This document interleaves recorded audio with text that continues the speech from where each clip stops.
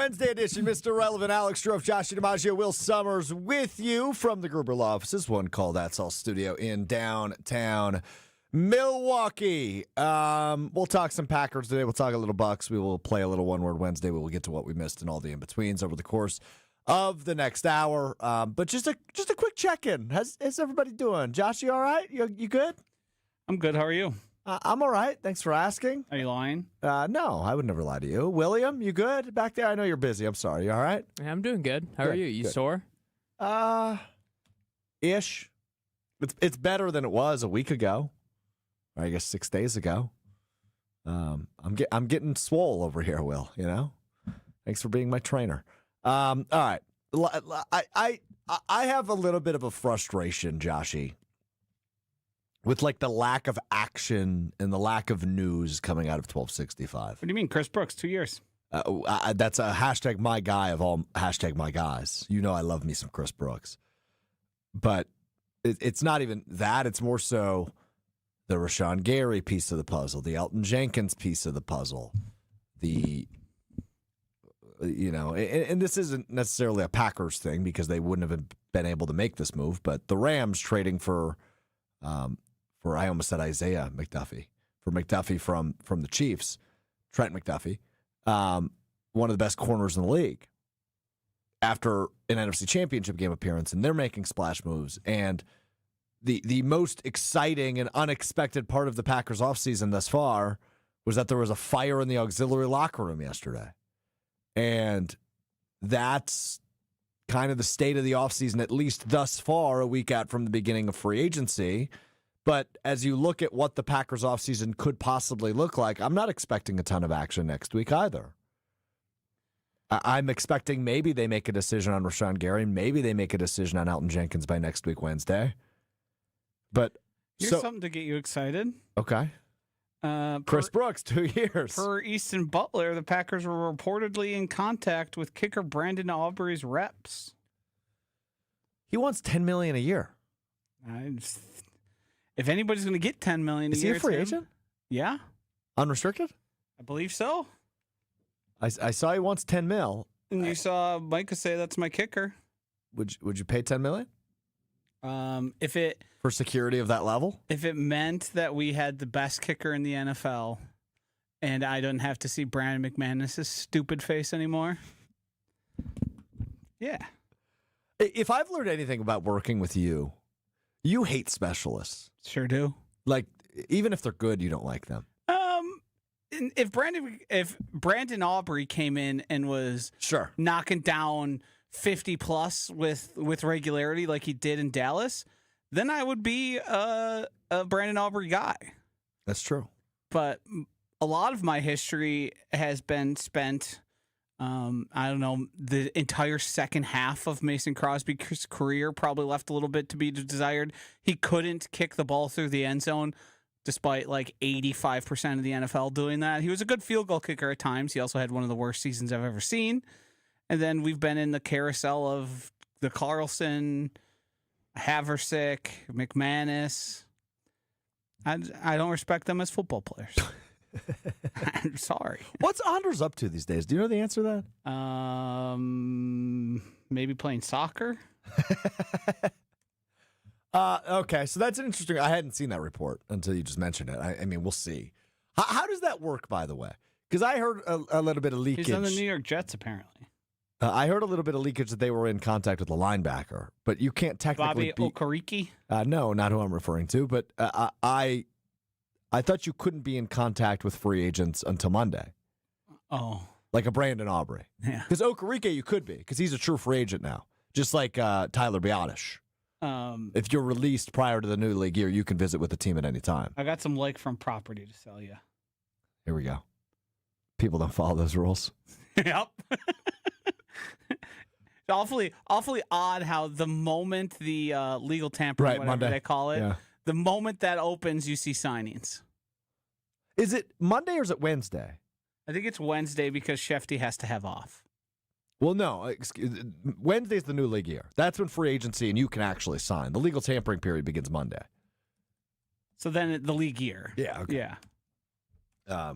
But now they've built in this legal tampering period over the course of the last several years, and we're just admitting what we all already Monday know. at 9 at noon. So yes, when you see those. Did you say 9 at noon? March 9th at noon. Oh, sorry, that's what I meant. Monday, March 9th at noon. Okay, Yeah. noon Eastern and noon Central. That is Eastern, so 11 a.m. our time. I can't wait. Monday show is going to be fun.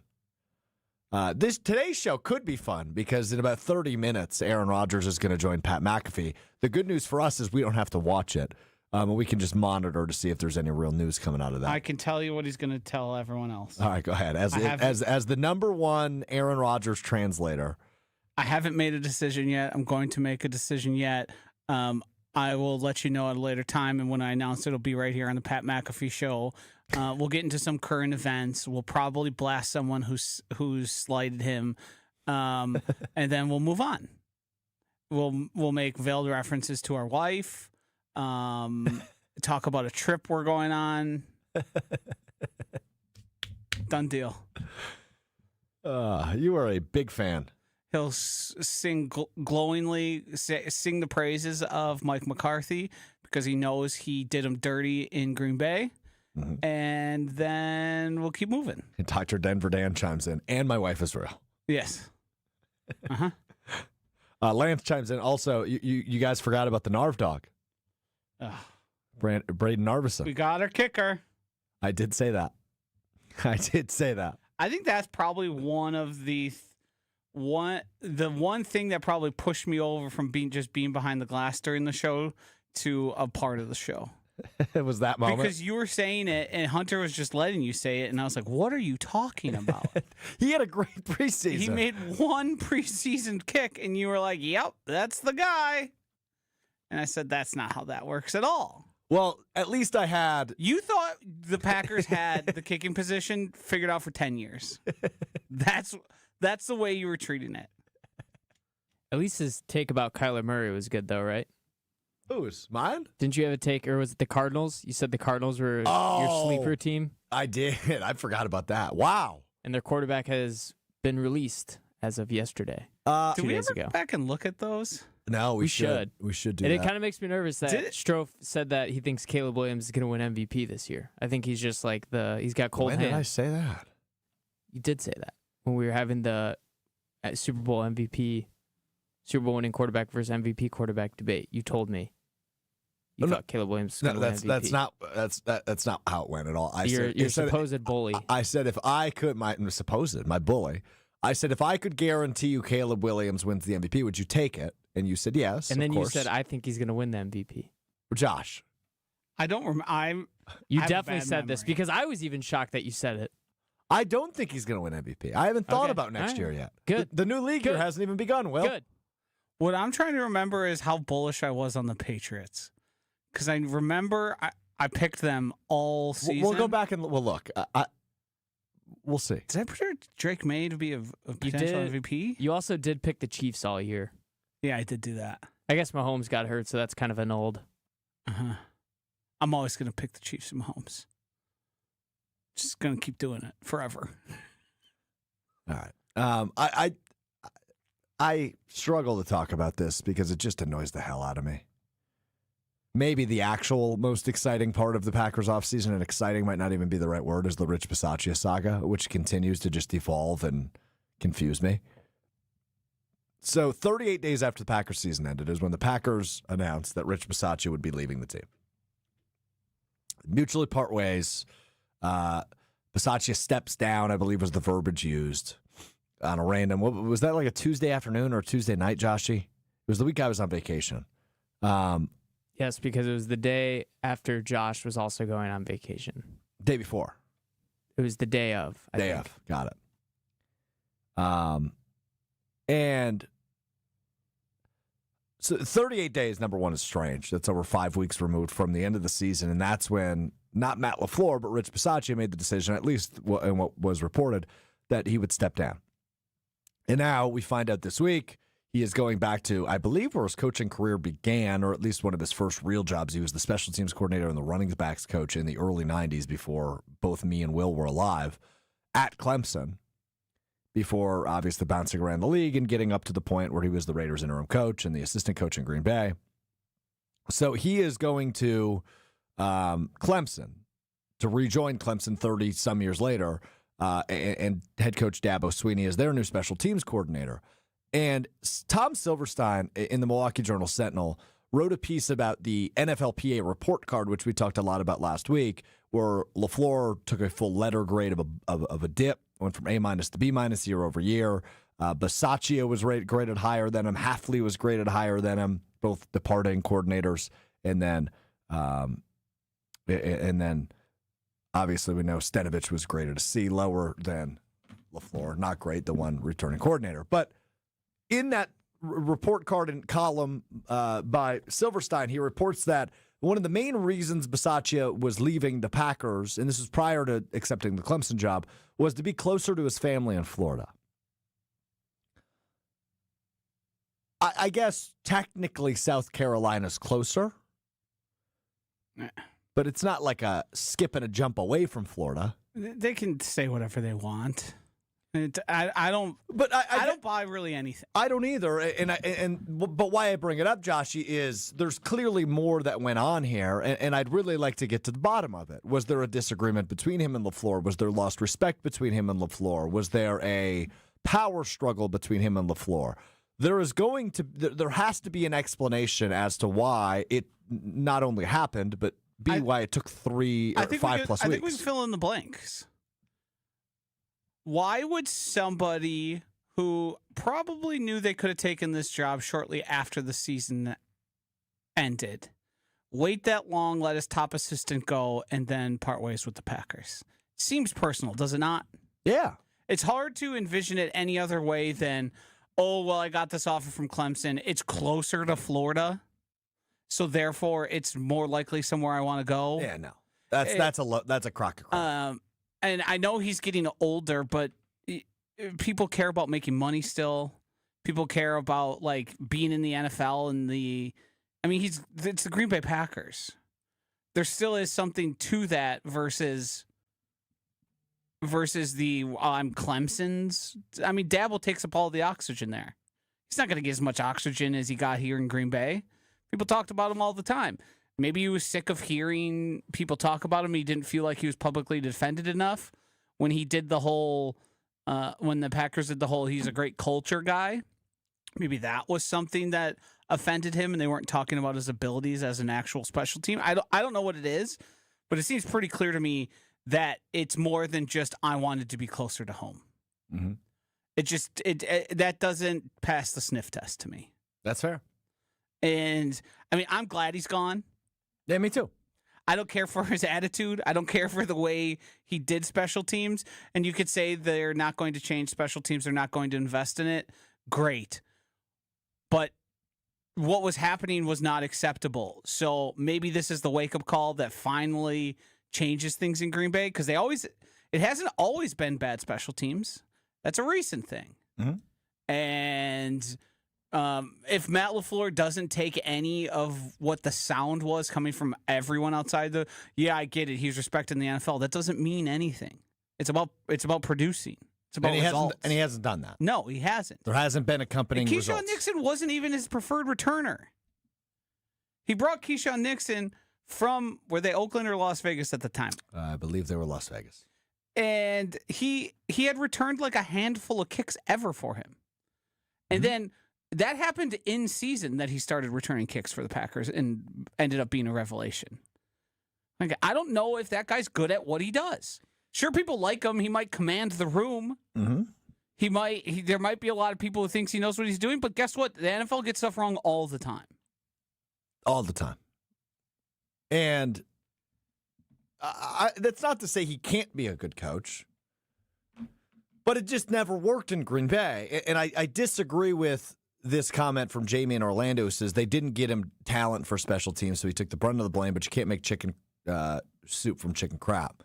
And my issue with that is, while the level of talent may not have been there, that part I don't necessarily disagree with, is the general manager comes up and says, yeah, we've invested more in special teams than we ever have. And they have. They've signed plenty of free agents.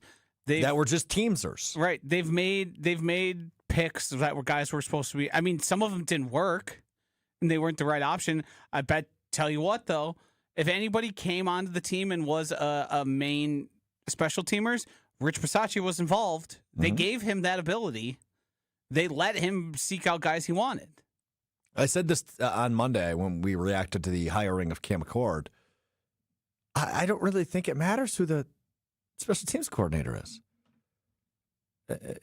It's always been bad.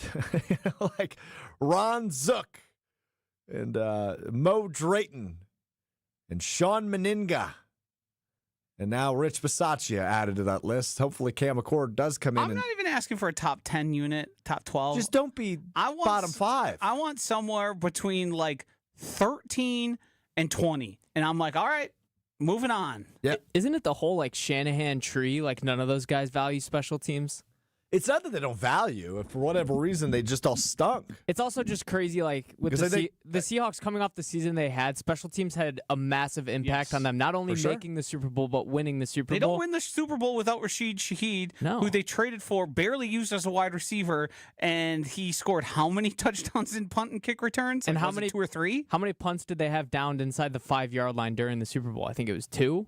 Yeah, at least a few. I told Josh to bet on that for me at Potawatomi, and he did not. You're still mad about that over a month later, yeah?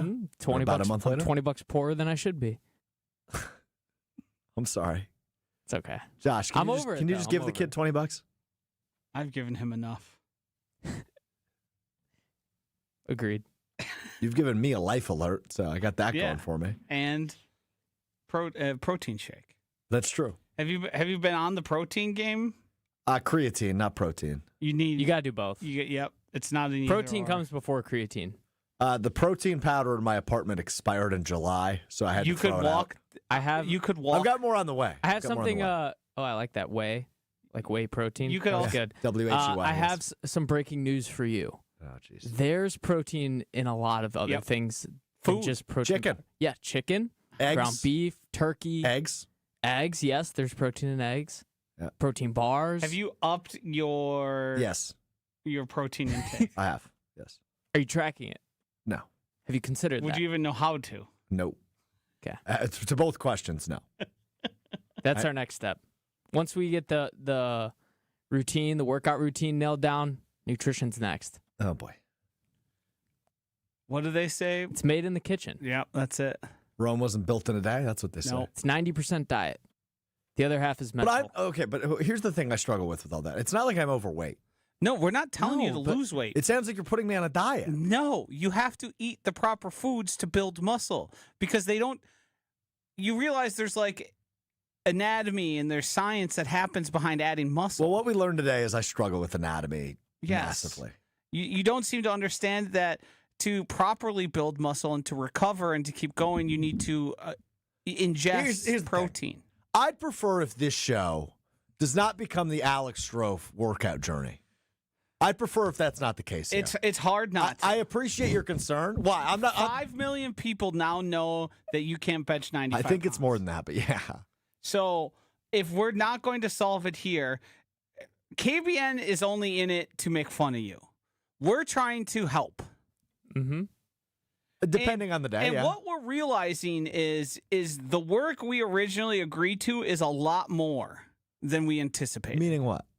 What work have you agreed helping to? you. You got haven't you helped a life alert. I got you a life alert and a protein shake. I thought that would have been a good hint. Maybe I should get on these. Would you have ever known that those protein shakes tasted that good if Josh didn't buy one for you? I would not have. I would not have. And it seems like my role is describing like literally how things work because you didn't seem to connect increased protein and dietary stuff with gaining more muscle and building more muscle and getting stronger. It's not necessarily. It seems like that. you thought those things weren't necessarily connected. No, I think they can be. It's not can be. No, they are. It's not can be. No, hold on. I think they can be. Stop saying think. No, can hold on. Can you? No, This is insane. because where you're going is not right. Can you just let me say it then? No. And then you can say it's wrong. If you say it right, I'm gonna say it, and then you can tell me why it's wrong. Okay? Let's do it that way. I think those things can be connected. But the difference between me and your average weightlifter is the average weightlifter has muscle to begin with. So therefore, I don't think the dietary matters as much as the actual motion. You've got it ass backwards. If you just ate it like a decent diet and did 10 push-ups a day, you'd probably be on a better track than what you're doing right now. It is even more important for someone like you with no muscle to provide their body the building blocks of muscle. That's a fair point. You can gain and lose good weight without ever touching a weight. Well, I'm touching weights. Yes. Right. I'm moving weight. You're doing step 2. Yes. Chris and MK says, at least with these guys, it's mostly constructive criticism and advice. KBN is just a Strouf slaughter fest. Yeah. The sentence you just said was one of the more insulting things to any human with a basic understanding of body function. This would be a good time to mention. In high school, I have told this story, but I will tell you again. High school, I took a human anatomy class, and the final was coming up. And I needed a specific answers or a specific amount of answers correct on the final in order to pass the class. And I took it was one of the, you guys did Scantrons, right? Will, yes. You're not too young for that? Okay. In college, we did them. And so I filled out the Scantron, and I was the first person in my class of probably 20 people done. And usually if you need a certain amount on the test right to pass it, you being the first one complete with the test is not a great sign. So I handed in the Scantron. I snapped 2 pencils, and I walked to the back of the classroom, which was like a science lab. So I sat back by a science lab, and I just pouted because I was like, I just failed this class for sure. And I always took fastest one done as the person who flew through it and understood everything. Well, I just...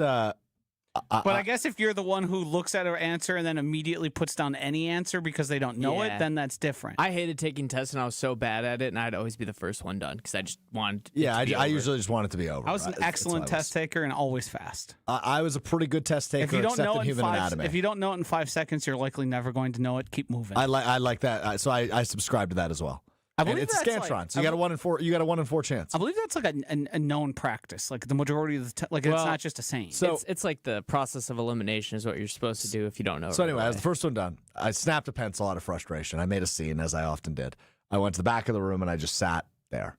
And my teacher, Dr. Willow, high school teacher, but he was a doctor, came back and he knelt down by me and he said, "Alex, the most successful people always fail before they succeed." And I said, "Wow, that's great advice. Thank you, Dr. Willow." And I ultimately passed the class. I think he helped me out. Got a D- in human anatomy. All of this to say, I don't know how the body works at all. See, but the thing is, like, you don't have to be, like, studying this stuff. Like, this is sort of like stuff you just come across. It's input and output. Yeah. Yeah. That's what's confusing to me, and this is always a thing that I have a hard time dealing with other people with. A lot of stuff I know just because I live life, and like I read things and stuff like generally interests me, and that seems to not have applied here when it comes to you with anything to do with. Josh, I've never had an interest in working out. Ever. Yeah. I don't know if it's like the interest necessarily, but like. You just sort of come across things that doesn't happen to you. You become you learn stuff whether you really were seeking it out or not. Blinders. I wear blinders. Do you listen to other people when they talk? Because I feel like I have so many people in my life who've told me stuff that I wasn't particularly interested in, but I learned it because they were a subject matter expert. Not about the human body. Pregnancy, I know quite a bit about that. Okay. And I'm not making an announcement for the record. It's not very useful. I'm going to leave that there. No, I feel like if it's anything related to the human body, ACL recovery. See, but you wouldn't know much about that. You would just know the timeline of NFL athletes roughly. 9 to 10. 9 to 10 months. Aaron in Mad City said, after what I've heard, Strouf seems like the type to hit a workout and then mukbang Taco Bell instead of eating clean. Grab brewski. Yeah. Keep it moving. We should just start with keeping it clean during the week. Earn your weekend. Well, we got to define what keeping it clean means. No alcohol. That's it? Yeah. No processed foods. See, I think he's the type of person, he's thin enough, and if I don't imagine you aren't eating many things without protein. If you're doing a protein shake and you're eating Taco Bell, I think there's enough there for you to still be building muscle effectively. I tend to agree. The nice thing is you don't have to count calories. You're proving my point. No, I said the protein shake. What do you mean? You're leaving that part out. That's essential for you. You have to be doing that, and you probably need 2 a day. Well, my protein will be here tomorrow. Or tonight, I think, actually. You could have gone... Yes, I understand. Anywhere. I understand that. Yeah, but it's readily available at the grocery store. I'd prefer to make it at home. No, I'm saying you could buy the mix at all of these places. Oh, sure. The same thing you're buying. Well, my girlfriend likes a specific type, and I trust her judgment. So my fiance, excuse me. Correction. Whoa. Correction. She did not take the ring off, despite what the last week has been. So, all right. Well, this has been a good exercise class with Professor DiMaggio and Professor Sommers. Nicely done, fellas.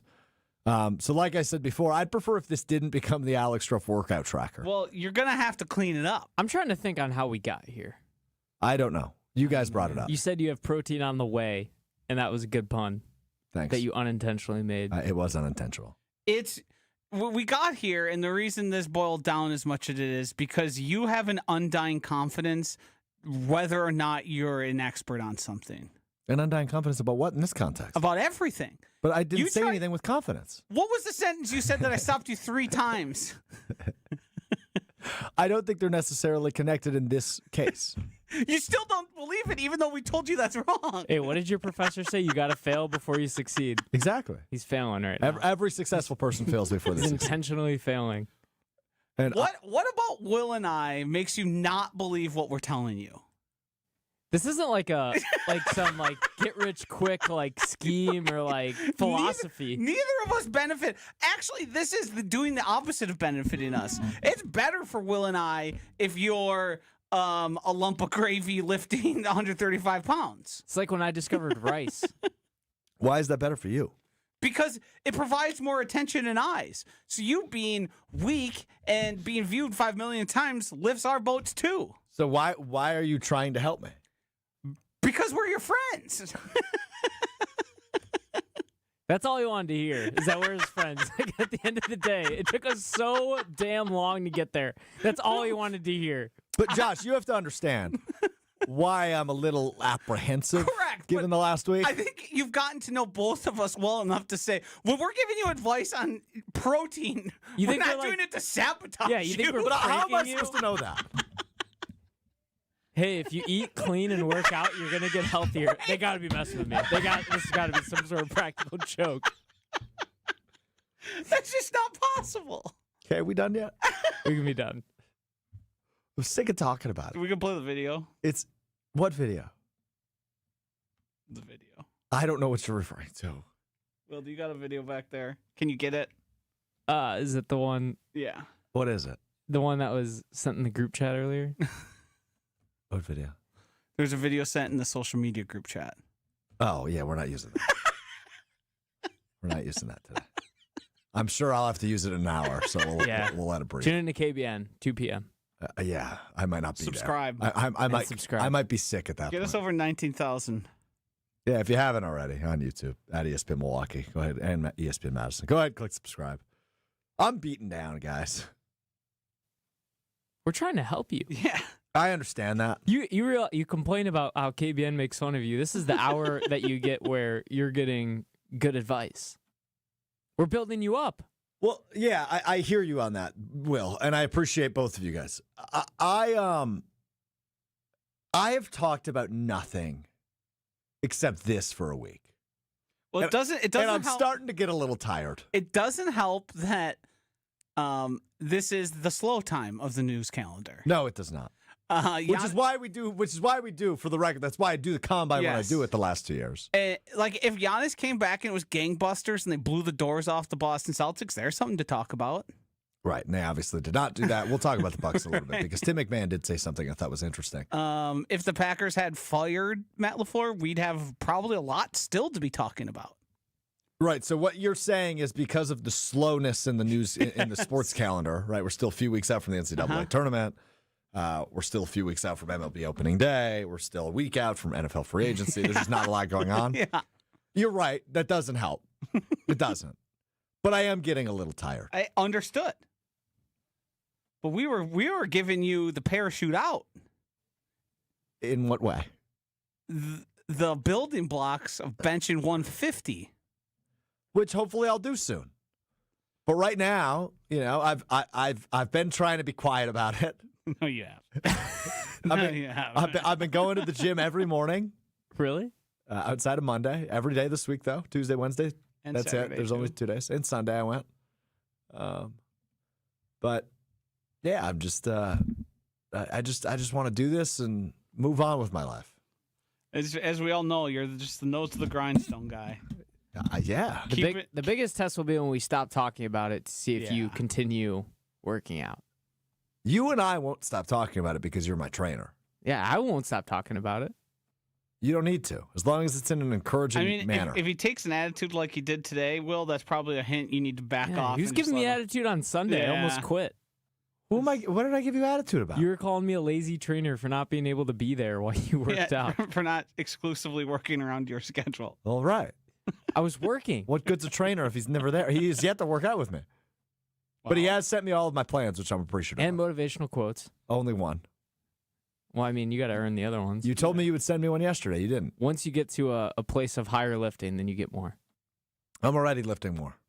Yeah. I told you I'm all right, last thing. And then I want to talk about LaFleur because But he doesn't want to talk about it. I don't, but this is funny.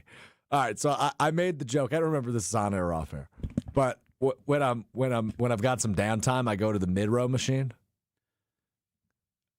Which is, I mean, you just, right? Works at your back a little bit. it's got water in it or a fan? What? No, it's like it's just a rowing machine. Like Oh. yeah. I don't know why I Gotcha. said mid-row. Oh, that's what the machine says. Yeah. And today is the first day that Will actually had that on my list of assignments Were you in excited? the gym. I was, because I love that machine. And I'm lifting 50 more pounds on that thing than I was like 3 days ago. It's for 10 reps.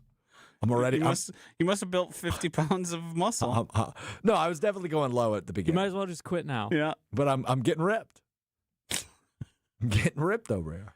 Have you been able to notice any differences when you look at yourself? I haven't looked at myself, so I don't know. Mm. When I look at myself, I see a loser who's got 10 million views failing to lift. That's what I see. I think if we polled the audience and said, "Do you believe Strouf hasn't looked at himself since starting to work out?" I think it'd be 100%. I haven't. You can poll it if you I'm going to want. throw it in the YouTube. Yeah, that's fine. Go for it. I haven't. That's the God honest truth. Has Alex Strouf looked at himself in the mirror since starting his swole journey? My what? Trying to join his swole journey and swole together. Oh, okay. His swole journey? Yeah, I don't think that's gonna work, pal. Swollerny? Yeah, that's probably it. Yep. I have not, but you can vote on that however you'd wish. All right, let's get to this. Oh, now Chef Ed is questioning Will as my trainer. Apparently, people are enjoying this conversation. People just are against us. We got to shut out the noise. Yeah. Shut up the haters. I Check agree. your phone. I sent you a nice quote today. All right, here we go. Oh, boy. Read it for the class. It's a picture of a woman doing, I would assume this is, what do they call that? No, guess. It's, I know the motion. It's power clean. Yes, power clean. Is the word snatch is somewhere in there, right? Is that when you lift it over your head? Snatch is a part of the movement. Got it. So it's a woman squatting and about to lift up a lot of weight. And it says, when life hits you hard, stand up and say, that's all you've got? Mm-hmm. That's all you got? Fired up. That's all you got, Will? That's all you got, Joshy? I think you need to be yelling that to your right bicep and left bicep. All right. So Raheem Mostert, as quoted in Pro Football Talk on NBC Sports, talked about Mike McDaniel, who he spent time with in San Francisco and then followed him to Miami when he became the head coach for the last couple of years. Said, he thinks he's a really good football coach. Really smart guy, good football coach, great offensive mind, but it didn't work as a head coach because he's too much of a player's coach. He's too relaxed. He's too laid back. He's too much a buddy-buddy with his players. And I thought that made sense. And I was curious for our resident Matt LaFleur supporter, I say sarcastically, in Josh DiMaggio.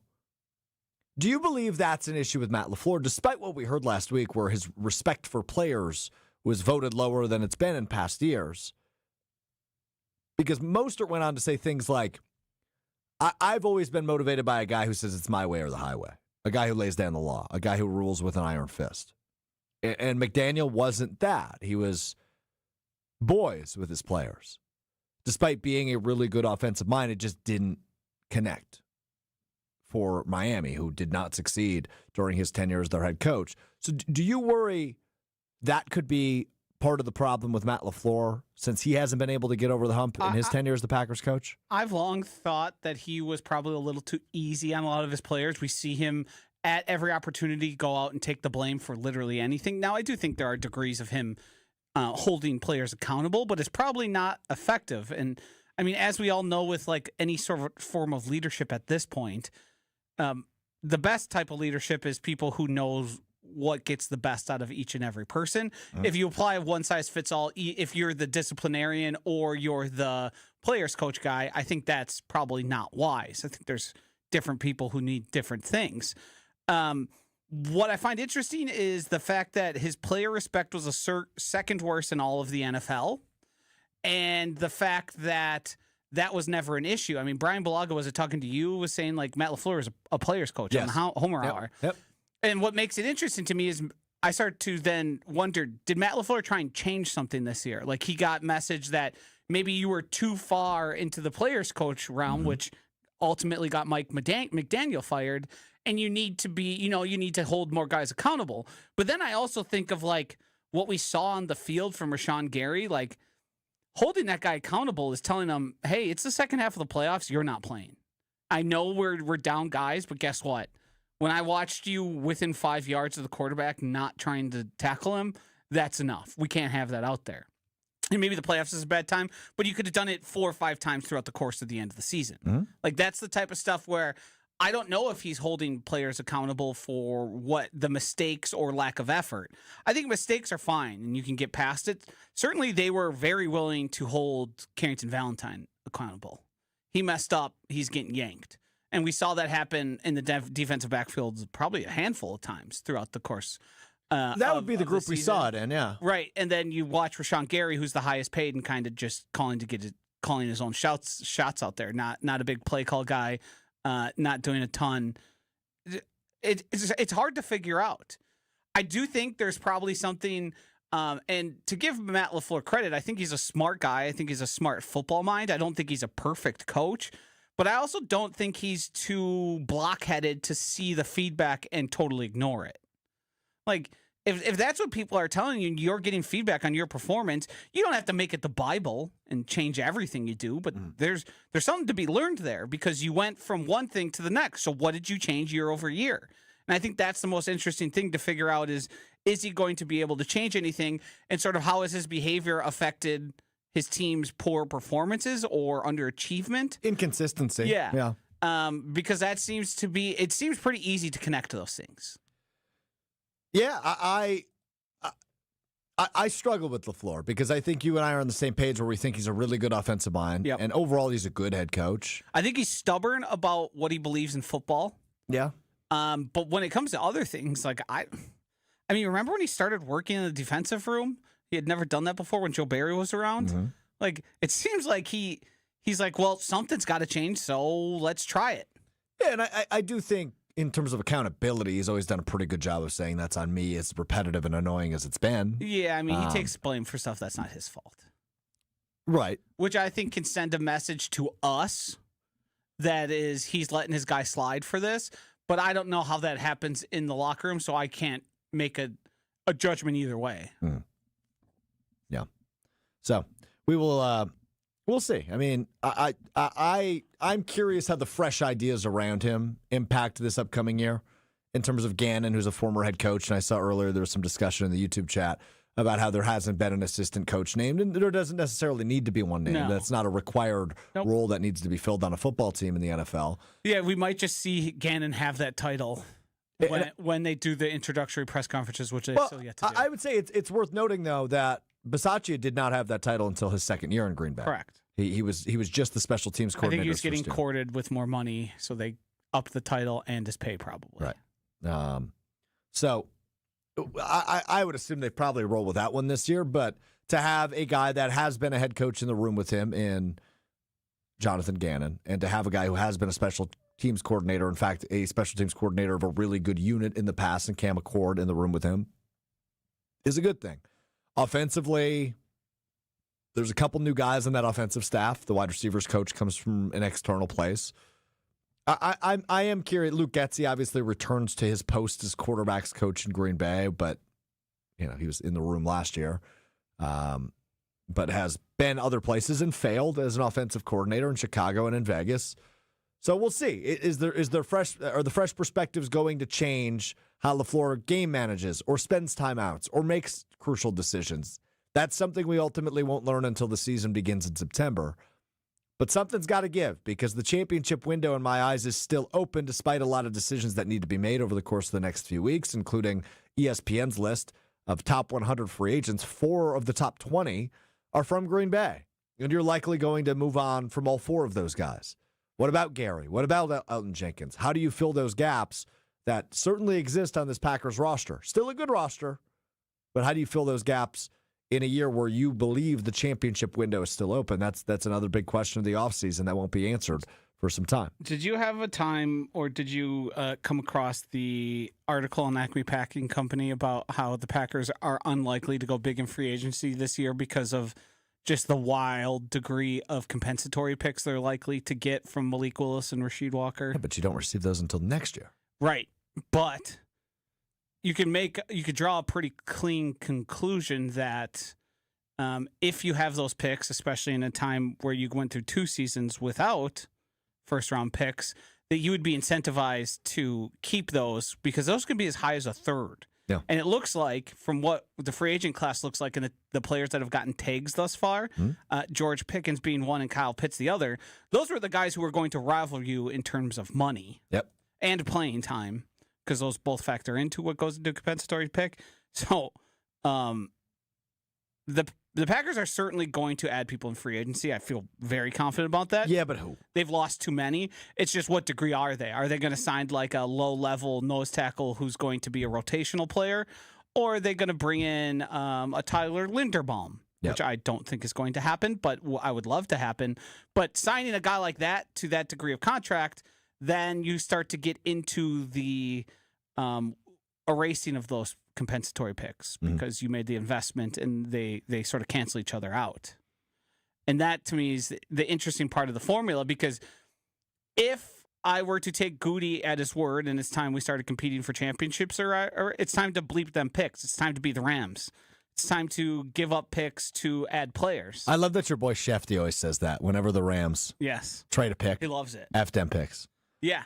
And they do it again today. They've traded 9 of their last 10 first-round picks, and they hit on their other. And they still have a higher first-round pick that they kept because of the Falcons. That's right. So because they traded back in last year. Pretty good business for them and they're going for it. Clearly, they're trying to do at least one final run with Matthew Stafford, since it seems everybody's in line there. So if Goody is truly as motivated, but now it's hard for me to understand or to really come to that conclusion, because everyone got extensions. It's a good times in Green Bay. The fat cats are happy. The fat cats are fed. All right, we will keep you posted on if anything comes out of Goody's protein regimen is. You think he's hitting shakes daily? I don't know. Is he shredded? He seems to be in pretty good shape. Yeah, I don't know that he's like shredded though. No, I don't know. Matt LaFleur's on the creatine for sure. Oh, me too. Me and Matt LaFleur, 2 peas in a pod. Yeah. So, yeah. All right. You should get your eyebrows done like him. I do get my eyebrows done. Yeah, but just not like to that level. Right. Yeah. Couldn't tell. Not to that level. Yeah, you got caterpillars up there. I don't want to hear from Will. Will's got caterpillars. Will, you get your eyebrows done? No. Have you ever had your eyebrows trimmed? I've had them like waxed before. Oh, that feels good, I bet. Yeah. No, it doesn't. It actually hurts a lot. I believe that. Yeah. All right, each and every Wednesday, Will cater a list of topics that Joshie and I respond to with one word. It's a big moment for Will. It's a big moment. It's the first time I think he's ran One Word Wednesday since the departure of Hunter Vaughn from our program.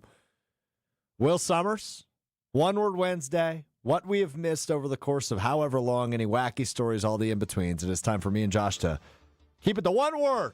One Word Wednesday on Mr. Irrelevant. Yeah, I want to start with this. The Brewers played Team Great Britain in an exhibition game yesterday to prepare Team Great Britain for the World Baseball Classic. And a lot of the Brewers beat writers noticed that Team Great Britain has a team artist, Andy Brown, who paints workouts and games as the Brits prepare for the World Baseball Classic. I'll put a picture up on the stream right now. Yeah, I saw this from out. Just gorgeous That's picture. Sweet. Yeah. Does it at like the BP sessions, just brings out his like, what is it called? An easel. Easel, yeah. Can I interrupt you with something Aaron Rodgers just said? Oh. Quote, I want to look good. I want my wife to bleep me all the time. End quote from Aaron Rodgers. Bonk. Preseason is my word, Will. Preseason. What? It's the question about the artist of the game. I don't think you were listening. It's the artist. Who gives a rip about the game? Art. I was going to say neat. It'd be cool to, have prints of these made. You could put them up. Now, I don't know how much the people of Great Britain are going to be interested in this. I don't know how fervent their fan base is for baseball. But a Team USA one of these would be like a cool piece of artwork to put in your house. Yeah, I mean, Jazz Chisholm's playing for Team Great Britain. There's a lot of guys that are all over the place. Didn't know, See Jazz Chisholm say he made a 328-yard home par run. 4. I did see that. Yes. Felt a little. And I don't want to be a golf snob, but at least have sleeves. Golfing in a tank top, come on. You probably hate the Live Tour, too. No, I'm fine with shorts. I'm fine with no collar. Tank top. It's not the beach. A little much? Right. It's not the beach. Well, if you look like Jazz Chisholm, though. And you have as much money as Jazz Chisholm. You do whatever you want. All right, this clip has been making its rounds this week. This is Aaron Judge, another World Baseball Classic moment right here, giving a speech to Team USA. Sacrifice for your family at home. You're sacrificing for your country. And you're sacrificing for the brothers in the trenches with you every single day. And that's one thing I want us to do, fellas. We're down, we're beat up a little bit, man. Lean into each other, man. We're going to lay it all on the line. If we do that, we'll bring the goal home now. I'm telling you. Okay. Uninspired? Soft. See, it's such a big misconception about the speech. Like, I don't think it was A, that bad, and B, it's not like they're going to play a game or anything. Like, it's like obviously the media day. Who cares? It's not even that bad of a speech. Like Matt LaFleur's speech to the Badgers was 10 times worse. I don't disagree with that. I think those speeches are equally. But yeah, I would say they're probably more comparable than 10 times apart. They were both unprepared. Clearly, they both didn't really have that great of a message. Like, I understand it wasn't what you had hoped it would be, I suppose. But it is what. I don't think anybody in that room listened to that and was like, "Oh man, I'm glad he spoke." Yeah, I didn't feel anything from that, to be honest. I don't think he was trying to. He should try. He should try. He's kind of Mr. He's representing the country. Don't they call him Captain America? He's also talking to like way more people than just the team. That's why hockey's better. They care more.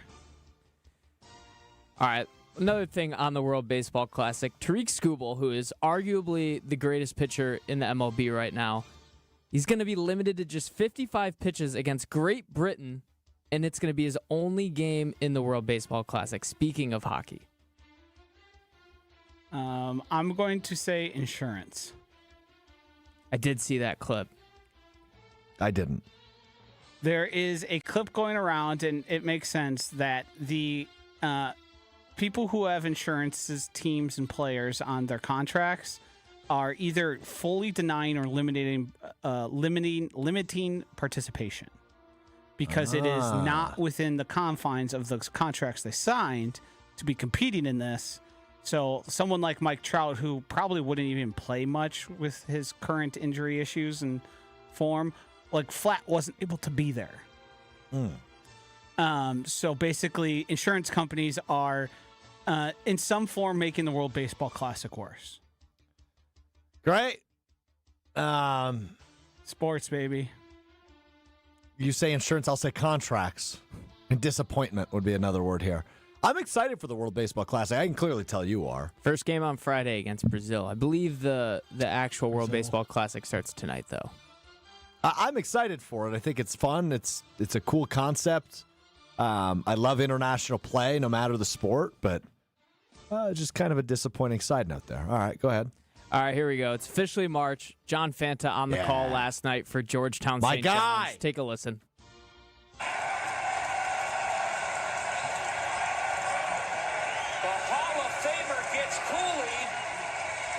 And Cooley looks like he was just told it's 10:31 at McDonald's and they're out of sausage biscuits. Cooley looks like he was just told it is 10:31 at McDonald's and they're out of sausage briskets, which I know that feeling, says Fanta. I think he did just say biscuits, like the sausage biscuit. I think Will just misspoke. No, it's how it was in the tweet I read it to. Yeah. I'm just gonna say love John Fanta. Also love John Fanta.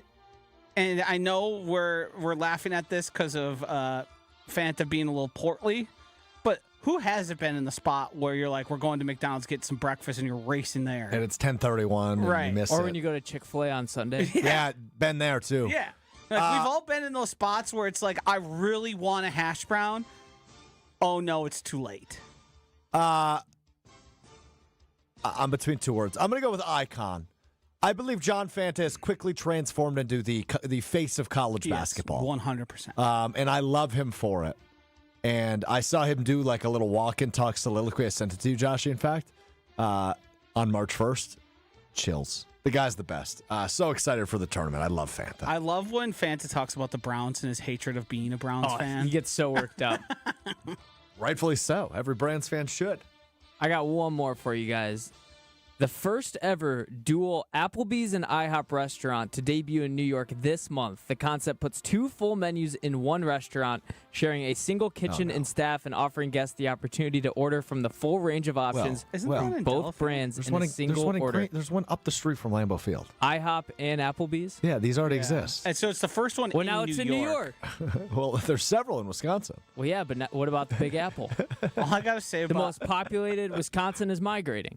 all I gotta say about it is dad, because my dad freaking loves an Applebee's. I've never heard of this, but this And sounds like a place I could belly up all day. And I've never Probably. And They still have the bar like Applebee's, or is it more like a IHOP diner It says style? you can offer order the full menu, so I assume there's a bar. booze. Yeah. Applebee's is extremely personal to me insofar as a kid who grew up in McGuanago, there really wasn't any of these chain restaurants you would always see commercials for that were like easily accessible. And one got put in Moreland by the movie theater there. And it was like a big deal. Me and my friends would go. My family would go. And then quickly you broaden your horizons and sort of the restaurant business took off in a way in Wisconsin and Milwaukee. And you realize like, oh, wow, I was basically eating McDonald's, but sit down. No disrespect. No, I mean, I grew up at Applebee's as well. So half apps in high school, yeah. The thing Applebee's is good at, and maybe the best at, is if you go there, you know what you're getting every time. Your favorite item on the menu is going to be the exact same taste every single time. And that, to me, is some skill, I imagine. The IHOP edition, it adds a wrinkle.